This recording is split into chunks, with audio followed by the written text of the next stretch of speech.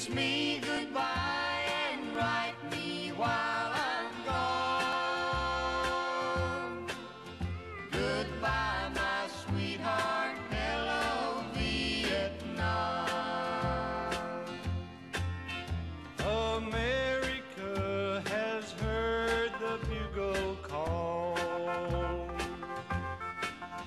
and you know it involves us one and all.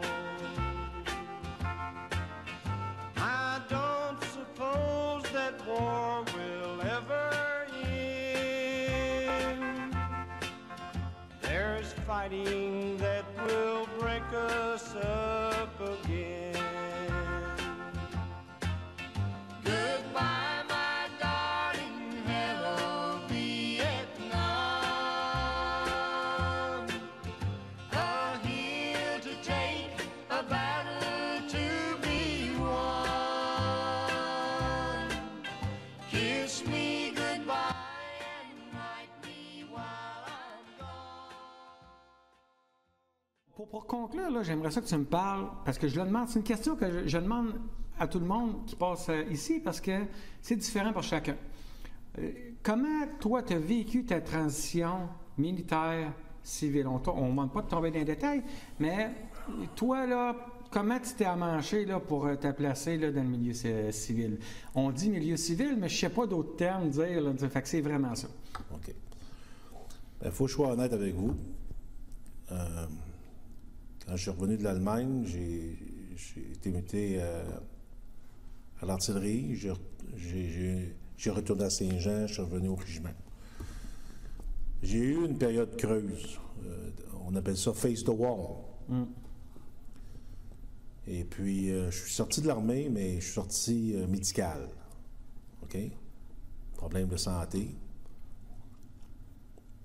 Un problème médical, là, pour pas que le monde il pense les histoires d'horreur tout le temps, là, selon le terme des forces canadiennes, terme médical 3B, ça veut dire que tu es juste plus apte à faire ton métier d'artilleur. C'est juste ça que ça veut dire.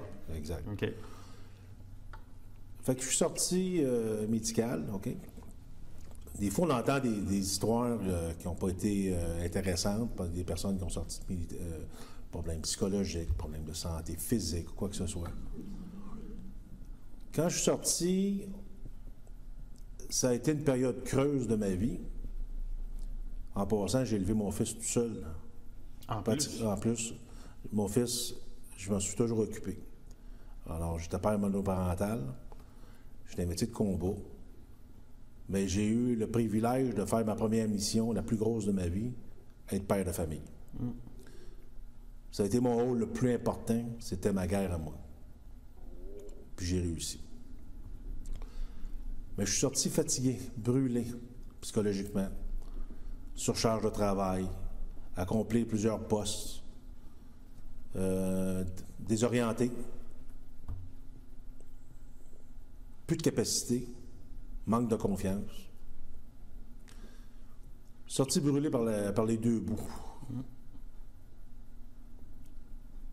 Ça a été une période très creuse de ma vie, comme beaucoup d'étapes, peu importe ce qu'on fait, peu importe les métiers qu'on fait. Quand on dit face the wall, c'est face the wall, t'as pas de contrôle. Ça peut arriver dans n'importe quel métier aussi, là, ça n'a pas rapport avec le métier. Ça touche à tout le monde. C'est ça. Tout le monde.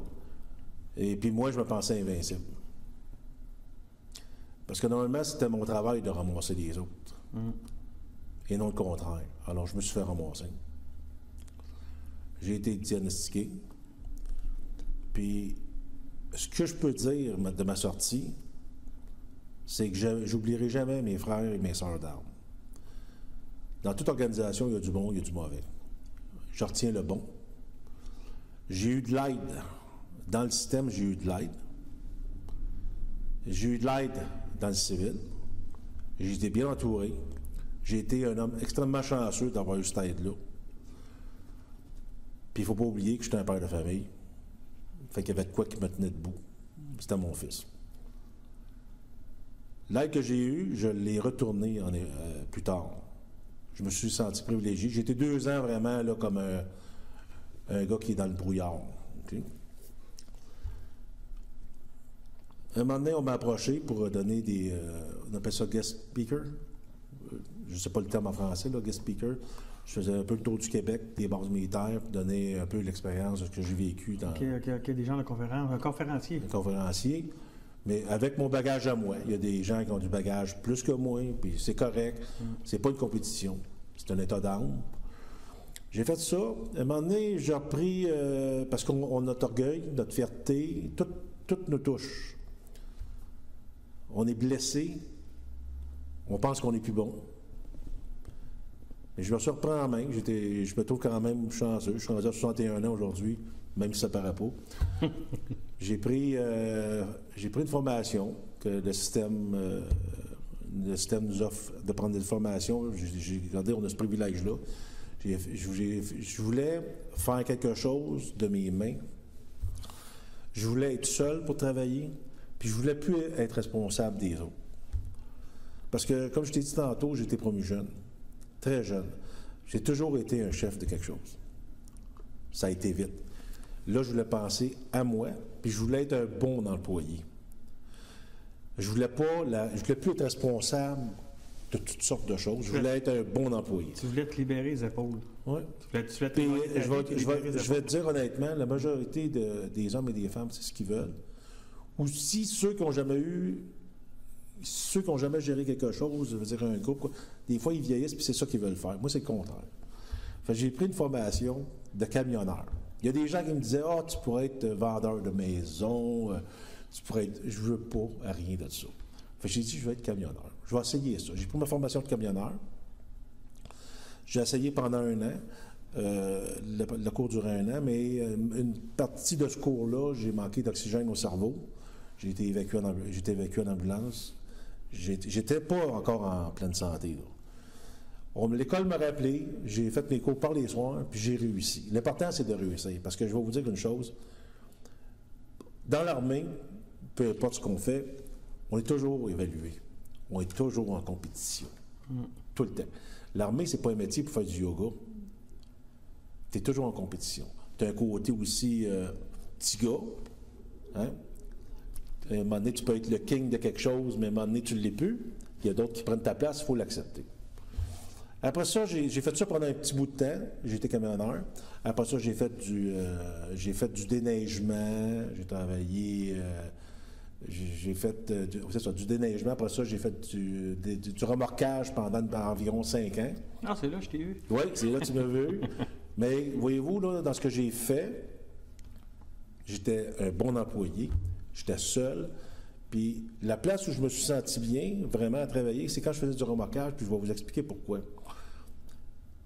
J'étais fier de faire ça parce que j'allais aider du monde. Puis dans l'armée, je pense que j'ai contribué à aider des gens. OK? Puis je l'ai eu à mon retour aussi. Puis je suis sorti quand même avec le temps qu'on réalise que j'étais un homme respecté. Fait que, mais ça n'a pas pris 32 ans avant que le monde il te respecte. Non. Moi, là, je me souviens, j'étais soldat avec rien qu'un chevron, là, puis je travaillais pas personnellement avec toi, mais juste par ta presture, puis ta position, on savait très bien, OK, ça, c'est pas ça qu'on disait, nous autres, on le respecte. Lui, il connaît son affaire. Ouais. Mais juste ce mot-là, dans notre jargon, c'était une grosse marque de respect. J'ai un grand respect pour les gens du rang. Aujourd'hui, quand je suis sorti de l'armée aujourd'hui, j'ai des amis, c'est pas leur grade que je regarde, tout ça. Ils m'apportent de quoi. J'ai toujours eu ce côté-là. Je l'ai encore aujourd'hui. J'ai des gars qui étaient dans ma troupe qui arrêtent des fois à la maison chez nous. Tu le sais, tu passes devant chez moi, puis la porte du garage est ouverte. Si elle est ouverte, tu peux arrêter de venir faire un tour. Je ne veux pas voir ton grade. On a tous des hommes et des femmes qui ont servi. Puis moi, je suis fier de ça. Puis il faut vraiment oublier que si on paraît bien, quand on est dans une structure de rang, c'est parce qu'il y a des hommes et des femmes sur le plancher. OK? Puis ça, il faut apprendre à être reconnaissant. Puis ça, même si je te fais dur, je suis reconnaissant. Mais moi, là, je vais être franc, là, si tu me demandes, mettons, cette question-là, suggérerais-tu que les gens s'enrôlent ou quoi que ce soit? Oui, bien ça, c'était justement la prochaine question, parce que on a tout le temps des histoires d'horreur depuis 5-6 ans. On sait que le métier dans les Forces canadiennes est intéressant, puis on dirait qu'avec tout ce qu'on entend, ils ont tout le temps tendance à étiqueter les anciens compétents. Mais gars, eux autres, comment ils sont rendus? Fait que là, les jeunes, déjà là, que les jeunes, ils ont plus accès aux réseaux sociaux. Alors, avec les réseaux sociaux, ils voient, puis ils voient, si tu veux voir du négatif sur un réseau social, là, c'est pas long, tu vas rien qu'aller là-dessus.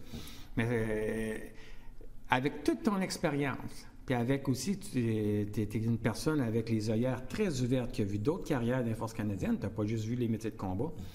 Tu penses-tu qu'encore que c'est un bon move de faire, je dis pas de faire un 20 ans, 25 ans de service, mais de dire, OK, moi, là, je suis dû, là, c'est quoi qu'est-ce que tu dirais aux jeunes là-dessus, ou la personne ou la femme qui voudrait s'enrôler? Go! À ce point-là? Oui. L'armée canadienne, c'est pas une armée de communistes. Là. OK? On a nos valeurs, on s'affirme pareil, tout ça. Les jeunes qui s'en vont, oui, c'est une grosse organisation. C'est sûr que dans toute organisation, il y a du monde correct, puis il y a du monde pas correct. Mais moi, ma carrière, je l'ai bâtie, même s'il y avait du monde qui n'était pas correct. Moi, je savais que j'étais correct. Fait que si je suis correct, les personnes qui vont travailler avec moi, ça va être enrichissant pour eux autres. Ils n'oublieront pas.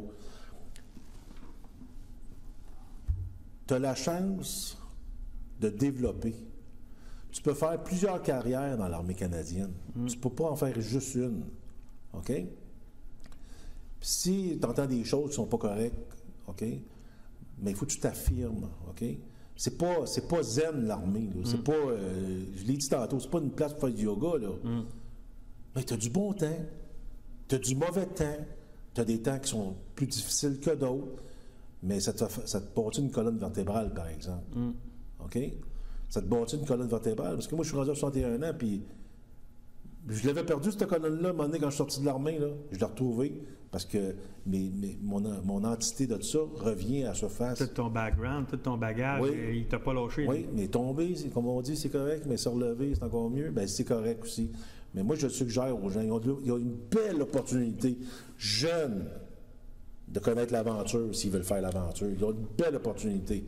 Mais tu vas pas là, puis c'est facile, puis c'est gratis. Tu dois le bâtir, ça. Moi, je dis, go. Fille, homme, hey, tu as des métiers, là.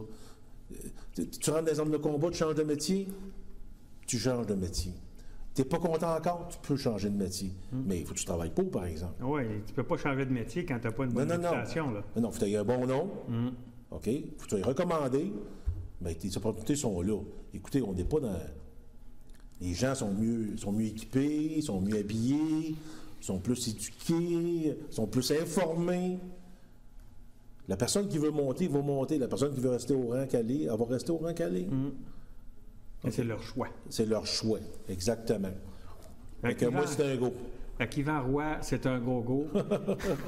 Merci beaucoup, Yvan, d'avoir venu ce matin. C'est très apprécié parce que, tu vois, là, je veux pas que ce soit redondant, puis je suis content que tu aies venu parler de ton expérience, puis on le voit que ça vient du cœur. Fait que j'espère qu'on va...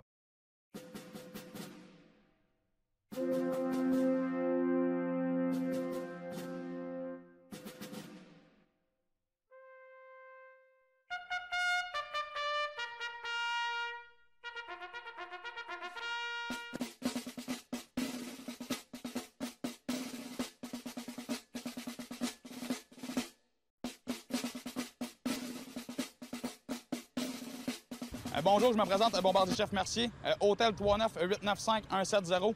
Présentement, je travaille à la batterie Q au 5e RELC. Ça va faire 10 ans que je suis dans l'armée canadienne.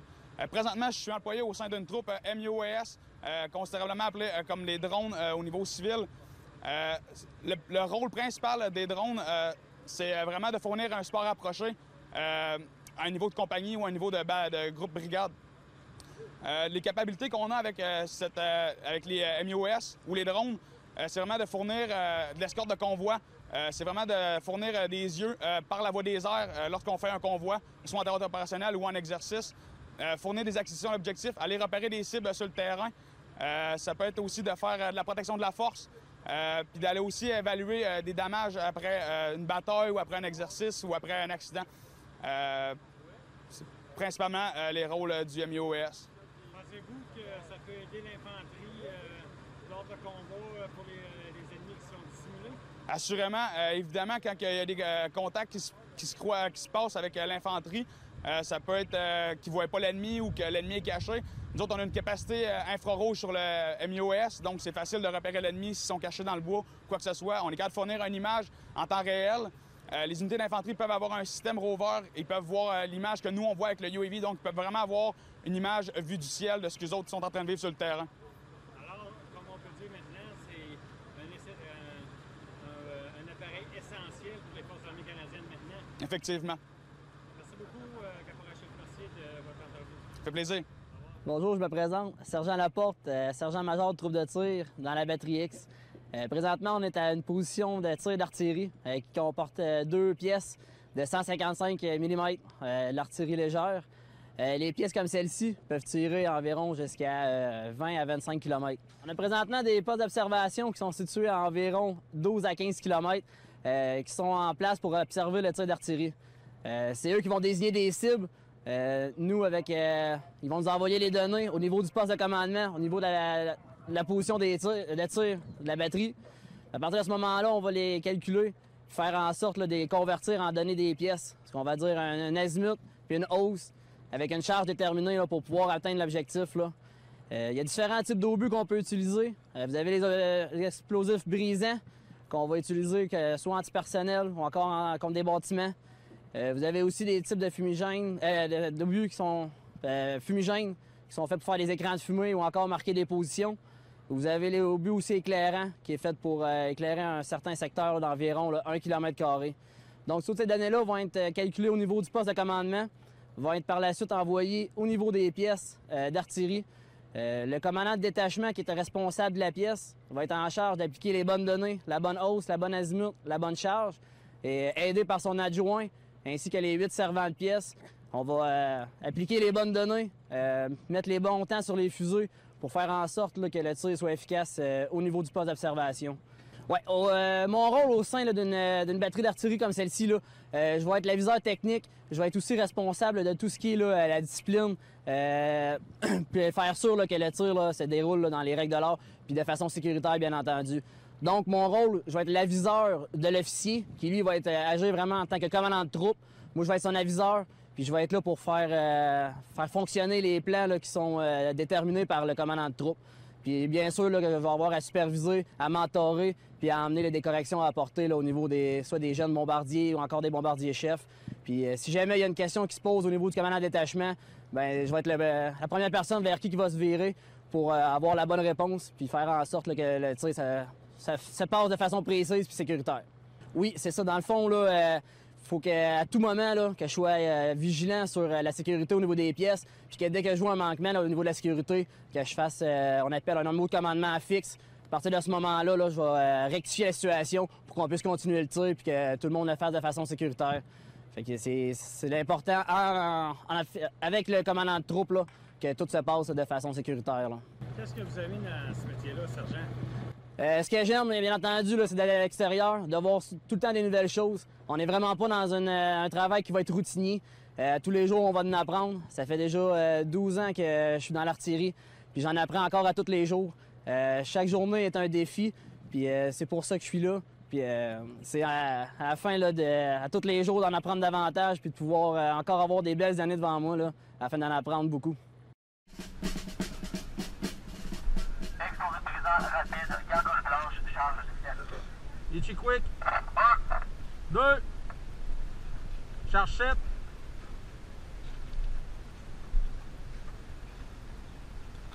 Pour la sécurité, exposé présent rapide, gargouille blanche, charge 7. Correction d'azimut, gauche 1, 6. Correction portée, HD 7, 3, 0.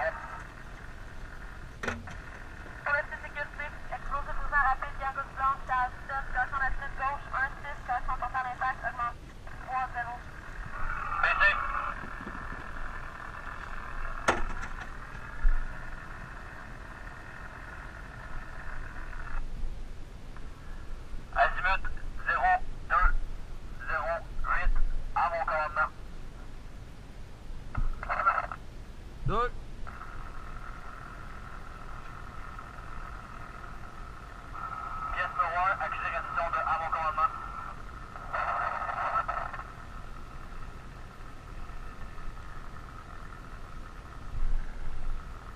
check ton temps en œil, Pat. Pièce numéro 2, ICPC, check en œil. 2 font éclair. 1. 11, 4, 0, 9. Numéro 2, réglé tir. 2. Chargez! H.E. Quick! Oui!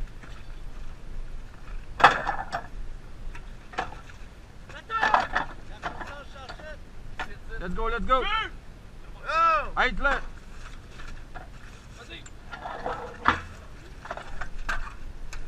Oui!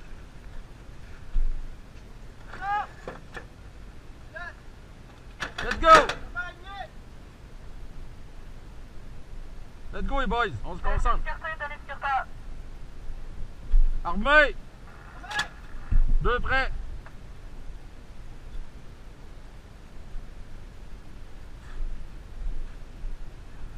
Reçu, pièce. Pièce, chargé. Chargez! 2! Oui!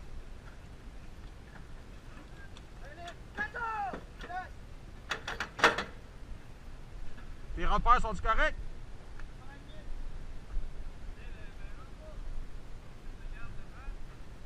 Armé! 2 prêts!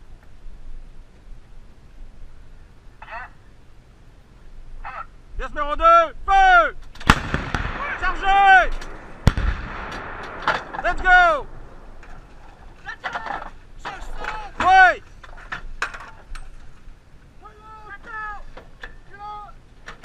Armé!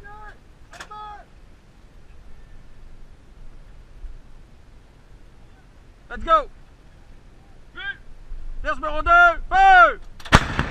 Chargez! Yes! Oui!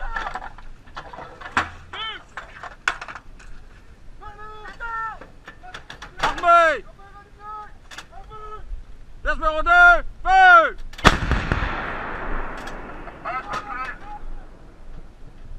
Deux coups tirés! Reçu, pièce. Good job, les boys!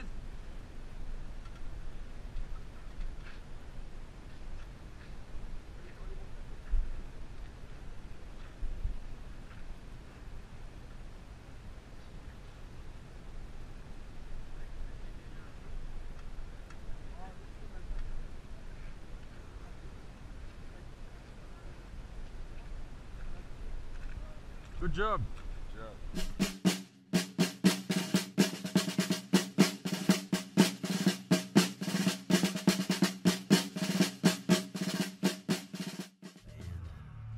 Jumping around on stage like a bunch of wounded ducks. When you gonna learn, sucker? You just can't fuck with.